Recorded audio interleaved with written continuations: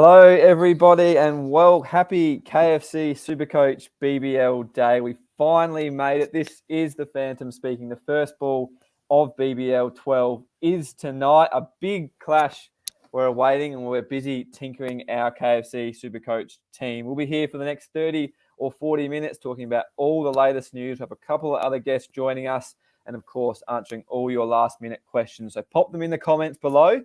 And we'll try to get to them as the show goes on. Dan Batten, my Supercoach colleague from the Herald Sun, joins us. Dan, welcome. Good to be here. Obviously, hours away from our side. I think mine's fairly settled at the moment. I'm not sure I can say the same for our special guest, though, who has been up to extraordinary hours of the night doing her team. But yeah, looking forward to getting stuck in for this final chat on the eve of lockout. Of course, you're talking about none other than Network 10 sports journalist Jalissa Apps, who is a busy woman today, but she's found time for us, and we're not sure where she is. She's hiding out somewhere, tinkering her KFC SuperCoach BBL team. You're going to join us for a little bit of conversation. Jalissa, how's your team, and how are you feeling? Yeah, I'm good. I'm in a broom cupboard, just in between a few jobs today, but I'm done SEN in the morning, and then I've got a couple of things to do for Channel 10 today. But it's my team is fairly set, except for probably Sean Abbott is the only one I have a really question mark over because he's so expensive. He's 205K and they don't have a double round for a while, and I'm wondering if I've made a little bit of a mistake. But I just felt like I needed some variety because I'd gone pretty hard on the Thunder and the Strikers.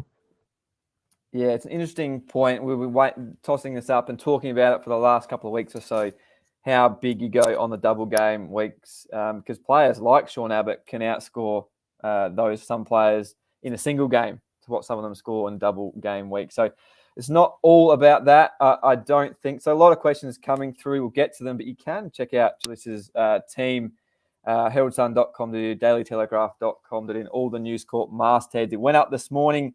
It is very good, but just as good is your explanation and your little backstory about what happened with your co-host and Sixers gun couldn't fit Stephen O'Keefe in your side. No, I couldn't. He's so expensive. I saw him at training last week on the Thursday, I think it was last Thursday out at the Sixers training. And I said to him, I was like, mate, I'm going to have to punt you from my SuperCoach side because you're 167K. And he said he was going to take it into his next negotiation. Very good. He's got a lot of wickets in the past, but I probably agree with you there. Matthew Murphy, welcome, Matthew. Obviously, a long-time SuperCoach follower. Wasn't going to do a team this year, but Jalissa shocked by that. I'm shocked that he wasn't going to do a team. That's I know. Unlike Matthew Murphy. He's on every single one of these chats. But good to have him on board again for this year. I'm glad Jalissa helped decide that, as he said. I got a reply to your DM, Matthew. I've just been in radio and then come out and gone to work, but I have looked at your team, so I will reply. Very good. And again, if you are just joining us for the first time, you haven't quite picked a team, it's free, easy. There's 25K up for grabs as the grand prize. Get on there, pick your team now, supercoach.com.au. But first, Dan, it is about lunchtime, and now, of course, we love our friends at KFC. So for lunch or tonight, just before the first ball, I reckon grab your bucket and put your feet up because KFC is delivering this cricket season. Get in on the action from home and order off the KFC app or website to snag a fried gold feast, Dan. I reckon I'll be doing that for lunch. Maybe a zinger combo for lunch, then might upgrade for a bucket for dinner. I was going to say, you were saying one or the other. I'm definitely going for both. I think a zinger box is awaiting me after this for lunch, and then we'll tuck in some wicked wings, I think, a bit later. So, no, it's definitely, it's got to get stuck in, of course. And they've been proud supporters of SuperCoach BBL. So, yeah, you've got to get stuck in. And no better excuse than the first day of BBL. Do you listen to any KFC in the broom closet there where you snuck away from your colleagues? Hey, how's everything going, guys? Good to be here again. Good as a Jewel joining us from Jock Reynolds fame, doing some great work across the mastheads for us this year. You can check out all his content on the websites, but we've got a little bone to pick with him. Now, we love the banter in KFC SuperCoach. He's doubled down. We all know Dan Batten is favourite for the BBL wooden spoon this year. He's going to go back to back from the AFL season into the BBL season. But Azza says maybe it won't be Dan. Maybe that I'm going to be the bottom player in this year's KFC SuperCoach. And then he went back the next morning. I ignored the first comment. Thought, no, he wouldn't dare come at me like that. He's done it again. Azza.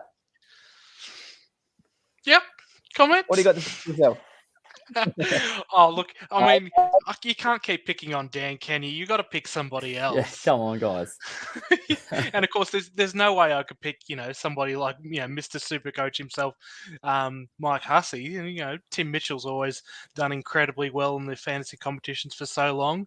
Al's been the Starwood for, Supercoach as well for so long. But sorry, you were just the unlucky one that I just decided to target this year in a good amount of banter. So, yep. You're going down, Phantom.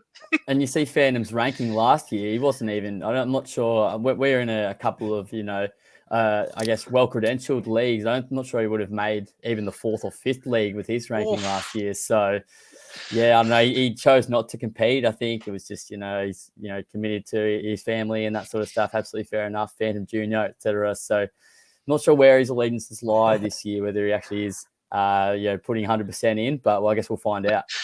Oh, tough talk there, Phantom. I actually am in the 3rd tier of said league, and I'm not happy about it either. So I'll be telling those blokes in that league if they're listening. Let's get to a couple of questions. BBL legends here.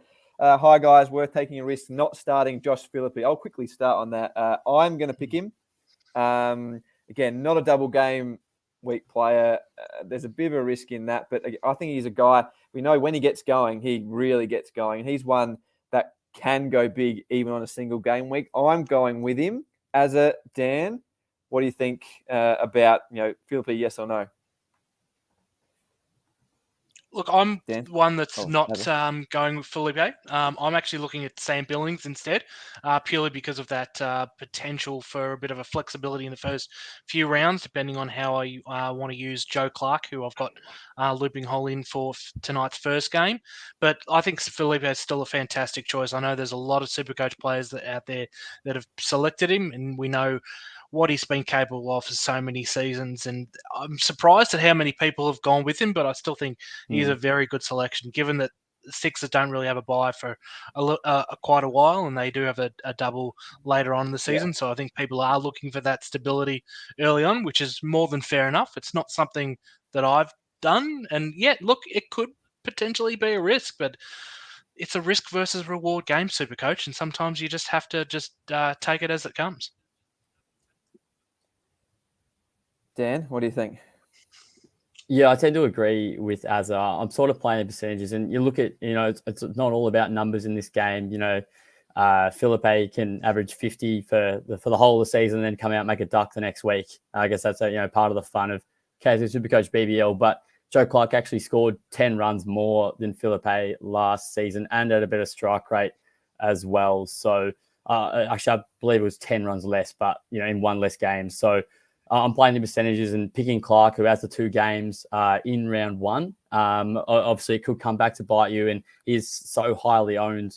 Philippe has probably nearly 1 in 2 cases Supercoaches are picking him. But I like Joe Clark. I think he's at about 20% ownership at the moment, and I've got that added flexibility of just chucking him on the bench, seeing how he goes.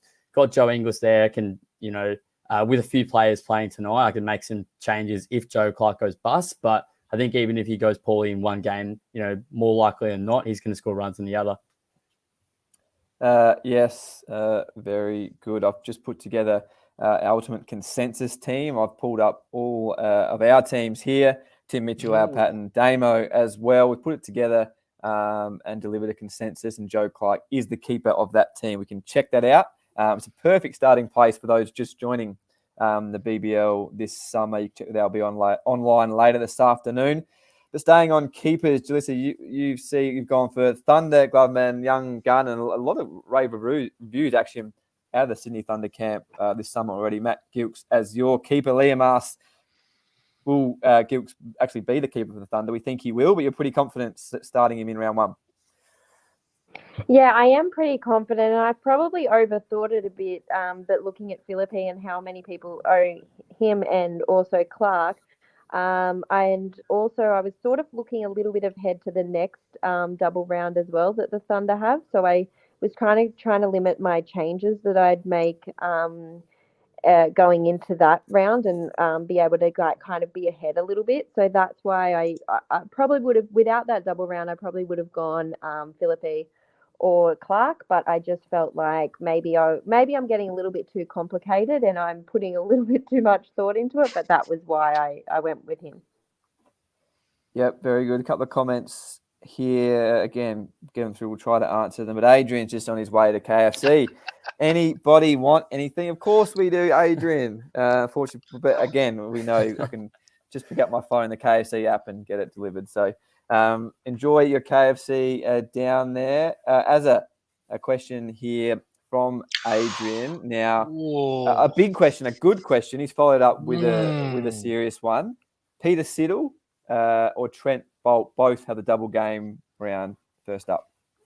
Yeah, look, that's a tough one. Again, we know what they're both capable of in T20 cricket. Trent Bolt's been a fantastic superstar internationally and also for the New Zealand Super Smash, the domestic competition as well too. And Peter Settle, we all know and love him. He's been an absolute standout for Australia for so many years, and it's been an absolute fantastic player to watch in the BBL too for the Adelaide Strikers. Of the two, I probably would be leaning towards Trent Bolt, and I know that probably might be a bit of a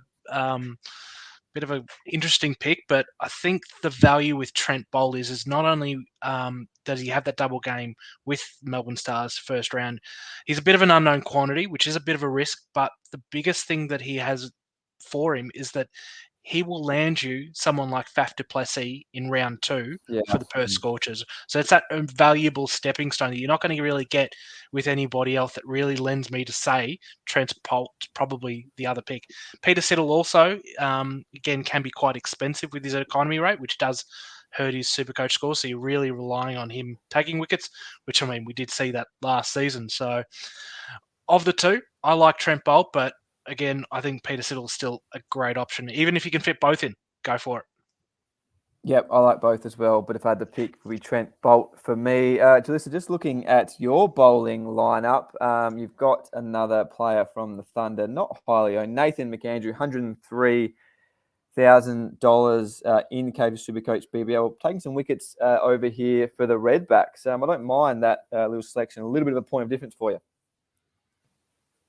Yeah, I thought he was a bit of a point of difference, and as you said, he has gone all right with the Redbacks, and has also taken a couple of really nice wickets in the last couple of years in BBL. And I've been looking for points of difference that are cheap as well, and he was one of them. And also on the bench was Todd Murphy, the spinner for the New South Wales, the Sixers, and he plays in Victoria too, and he's taken some brilliant wickets for Victoria and also for Australia A in the last couple of months. So he was my other point of difference that I thought was fairly cheap.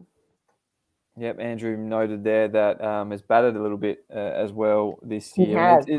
Important points of difference are important. We know, given the 3 double game round sides first up, a lot of the big names are in every team. So if you do have a point of difference out there, let us know in the comments who you're going with. This has got Nathan McAndrew. Let us know who you're going with. The question for you, Dan Batten, will Tim David bat high enough to pick him in your side? The Hurricanes, 89K, good price in KFC SuperCoach BBL, but is he going to do enough?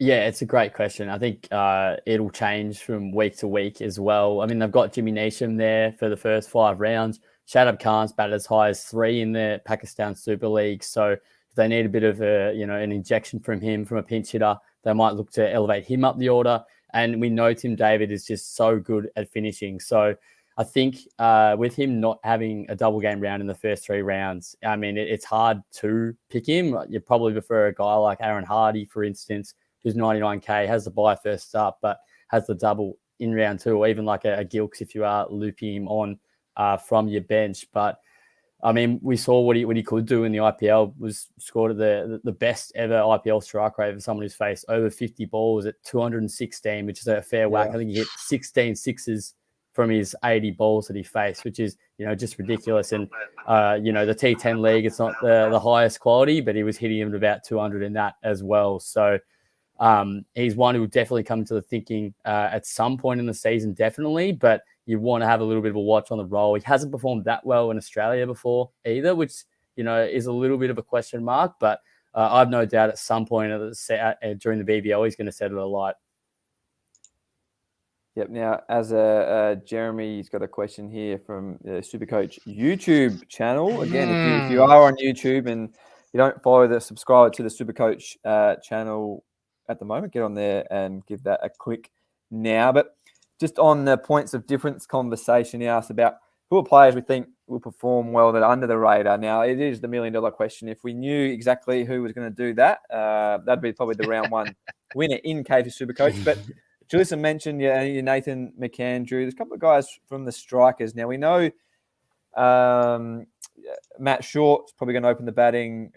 Chris Lynn probably bats at 3, but Jake Weatherall's going to open the batting. We know he's done some damage in the BBL in the past. Can go cheaply as well, and has probably done more of that recently in recent BBL campaigns. But he's probably one that not a lot of people are going to pick. And if he gets going just once in one of the first games, he could be a one that it might be lift you up the rankings if you can pull out a big score. But who's on your list?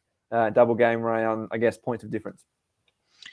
Look, I guess one name that sort of probably stands out that people really haven't warmed to, and I guess it's probably because he was such a late signing, and that is Gurinder Sandhu for the Sydney Thunder.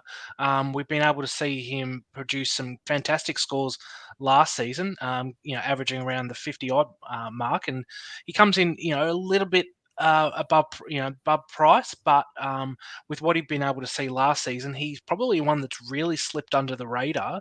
And if he gets going like he did towards the end of last season, and he starts off with a fire in his belly and gets a couple of wickets under his belt, I reckon he's one that could really have slipped under a lot of people's radar, and he's probably a really good selection to look at. Other than that, the other one that really interests me is Harry Conway as well too for the Adelaide Strikers. Going to really see what that 11 looks like, but he's only priced at 70,600. If he gets up in that first game, he's definitely going to be one that I'm going to have looping in from on my bench in the bowler section. Yep, I like that. Really steams in as well. We've got a couple of little banter. We'll go for our zinger of the week a little bit later, as we like to do throughout the year. We've got a little one, some comments coming in about Dan Batten. Paige admin as well. I know. They've outed themselves. Couldn't even toggle between the accounts. So we'll let you know who that was in a little bit. Dan, who's on your radar as a point of difference first up? Alex here points out Uraman from the Renegades, who's delivered in the BBL in the past. What are you thinking? I'm thinking for first round, I've been holding him for probably a week or two, is Fazal Haq Faruqi. I mean, 105K. He's played in the IPL this year, played a few games there for Sunrisers Hyderabad, and took some wickets at the T20 World Cup for Afghanistan as well. I think the most positive sign for him is that that Qadir, Pakistani seamer, hasn't been picked in the Thunder's squad first up.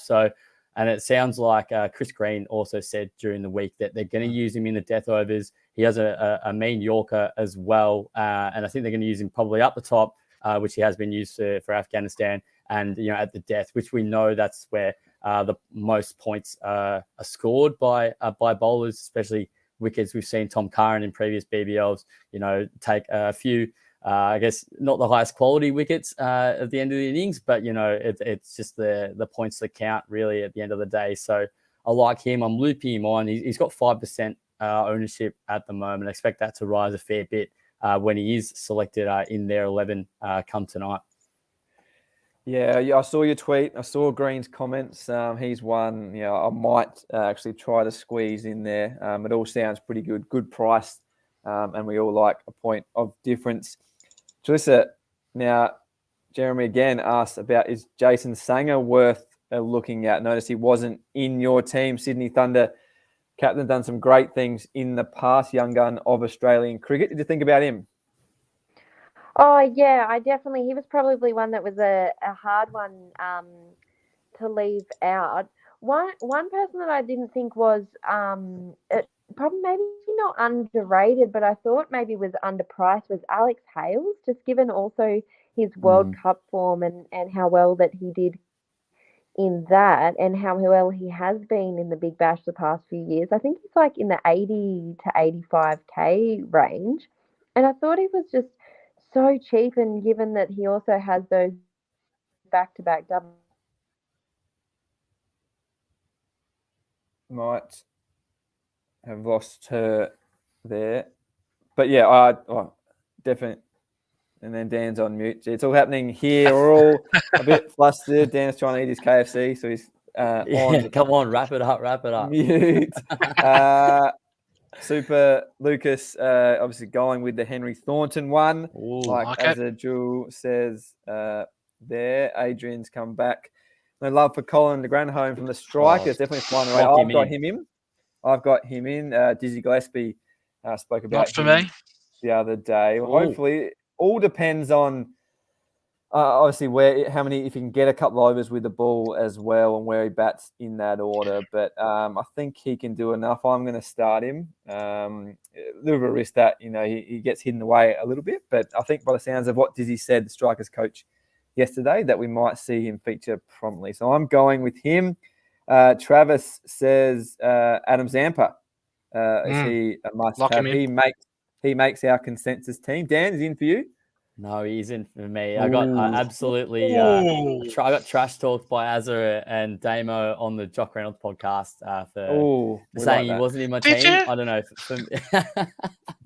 Slightly. But no, I think so. I've got 3 stars at the moment in Joe Clark, Stoinis, and Trent Bolt. I'm not sure I can fit another one in. Just looking at round 2 and 3, my team's probably best set if I trade out Bolt, Clark for maybe Faf du Plessis and potentially Agar or Mills next week, and then maybe look to another heat player to get another double in for round 3. So yeah, I think that it's more of a team structure thing, and I have found this might bite me in the bum, but Zampa, his ceiling's usually not massive. I mean, he has had 5s before in the BBL, but yeah, I think I found even last season it was sort of more the 30s, 40s. So it shouldn't hurt me too much considering he does have the bye next week. But yeah, at this stage, I've got Shadab Khan in, who I think his ceiling could be huge, but he could change as well, depending if Faruqi or Gilks or Clark, how they go.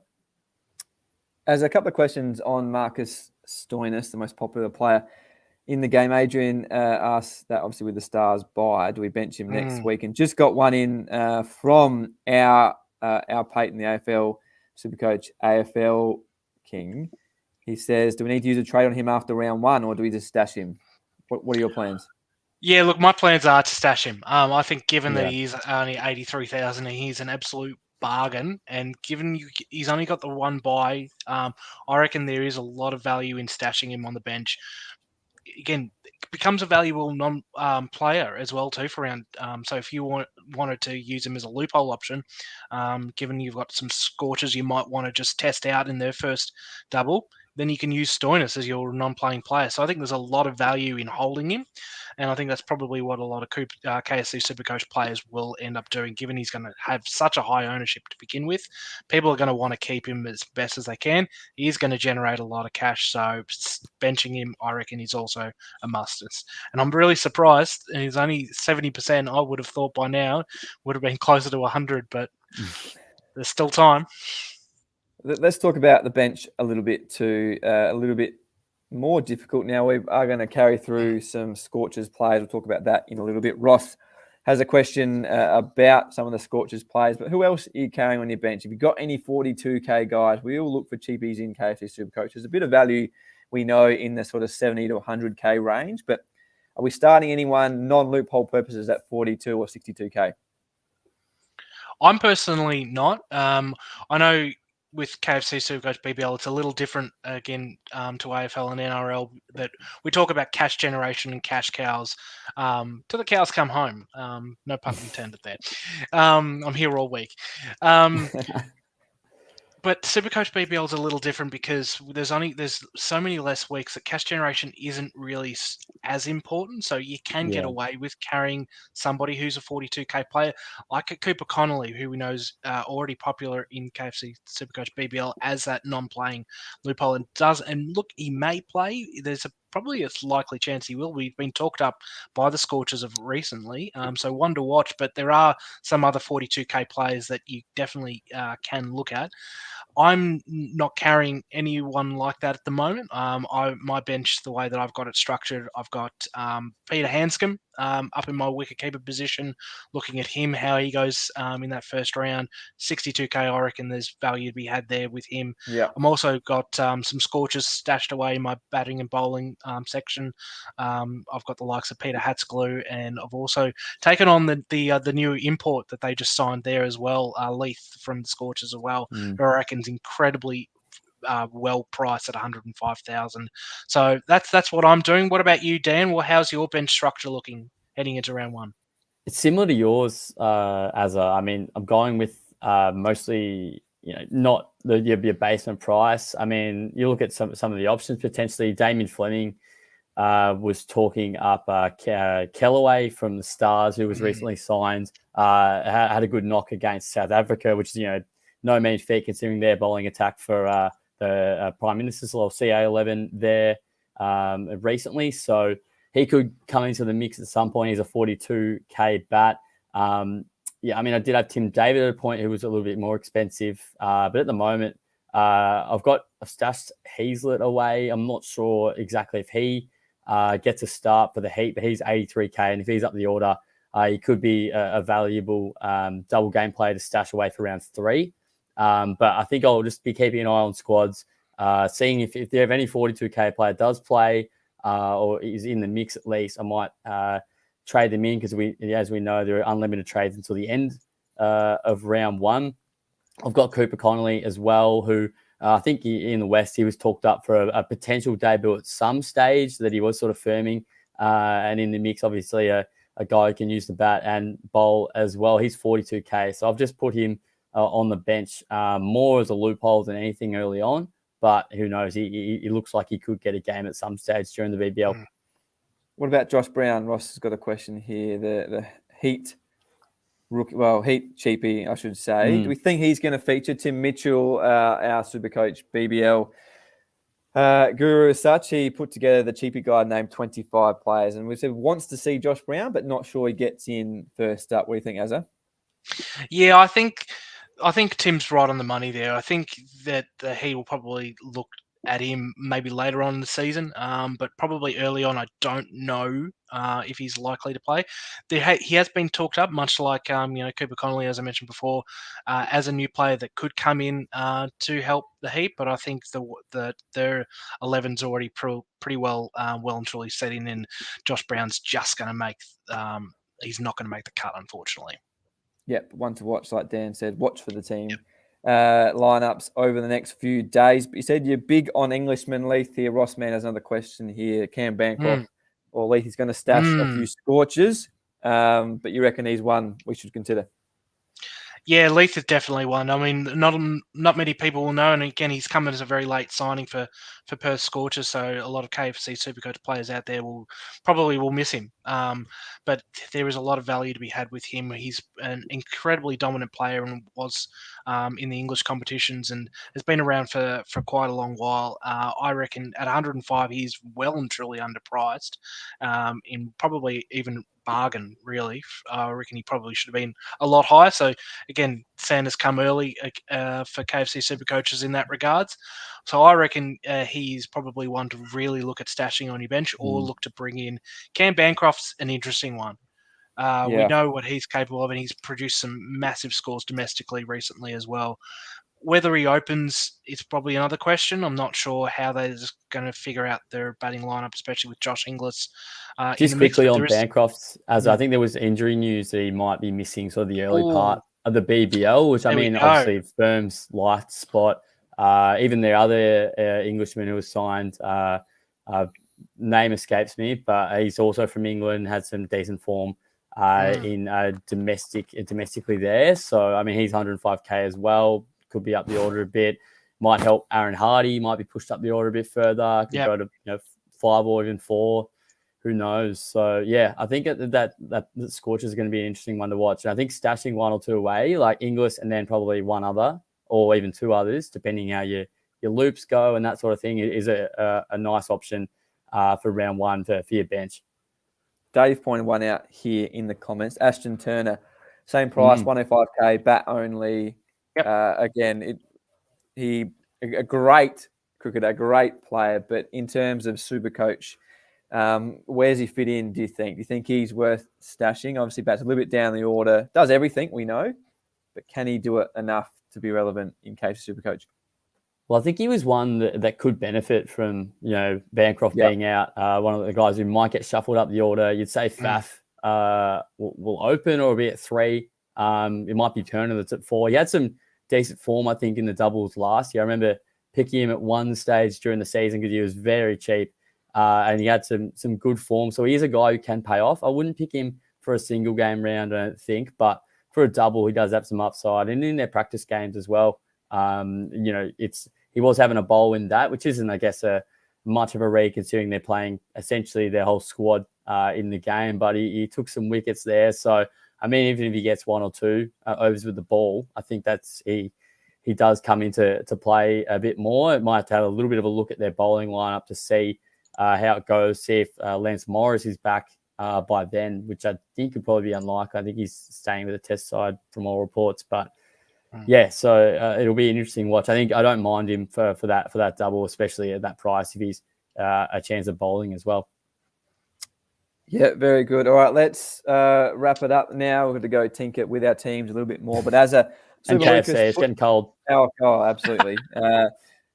Super Lucas put this in here for the newbies. 4 strikers on field, 4 thunder on field, 3 stars on field. Do what you like with the others, but reserve Inglis, Connolly, and Cam Green for loops. Now, he's summed it up pretty well there, really. Yeah, I reckon he definitely has. Again, you can tinker with those numbers between the strikers, thunders, and stars a little bit. Yeah. You do have to take into consideration the Sydney Thunder have 2 consecutive double game rounds, so you can have a few more thunder on the field. Stars, you definitely don't want to have any more than 5. That's even getting a tad excessive because we do know that they have the bye the second round.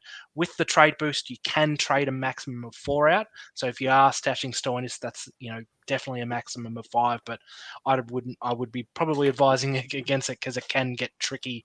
But yeah, Super Lucas has probably hit the nail on the head there. It's a good combination to have with strikers, thunders, and stars on the field, and those loops, Inglis, Connolly, and Green are fantastic options. I'm not sure though about having 2 non-playing players in Connolly and Green, given we know Green won't play till the second half of the season because he's in the test side. I'd probably be looking at somebody else.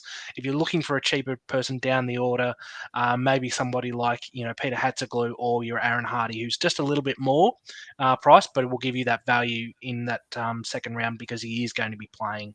Yeah, he's a very knowledgeable man, Azajul. If you want to follow him at Azajul on Twitter, you can check out all his BBL content as well across our masthead websites. But we will finish off with the zinger of the week, as we do here every week, thanks to our friends at KFC. Now, Dan Batten does get targeted a little bit. He takes it well. But this, now we mentioned it before. Here it is. Now, the SuperCoach admin is unfair to say Dan Batten's the European Cricket League of SuperCoach teams. Now, this could only be one of 2 or 3 people, so we will get to the bottom of it. But if you know who's not on this video, our Peyton or Tim Mitchell are not on the video. So we think it's from Could have one been of them. me. We're lacking zingers from the viewers, and I've just self-sabotaged myself and just decided to comment now. What's your I response? think I know who it is. We've had a little bit of a rivalry in SuperCoach for the past couple of years, but no, I think it's a fair call. I do consider myself a bit of a Pavel Florin in the backyard with my loopy leggies. So Obviously, he's got a gig with the Stars, so I think he'll be in the mix for your round one double as well. I think he still needs to be added to SuperCoach BBL, but yeah, I think looking like a real good VC option tonight.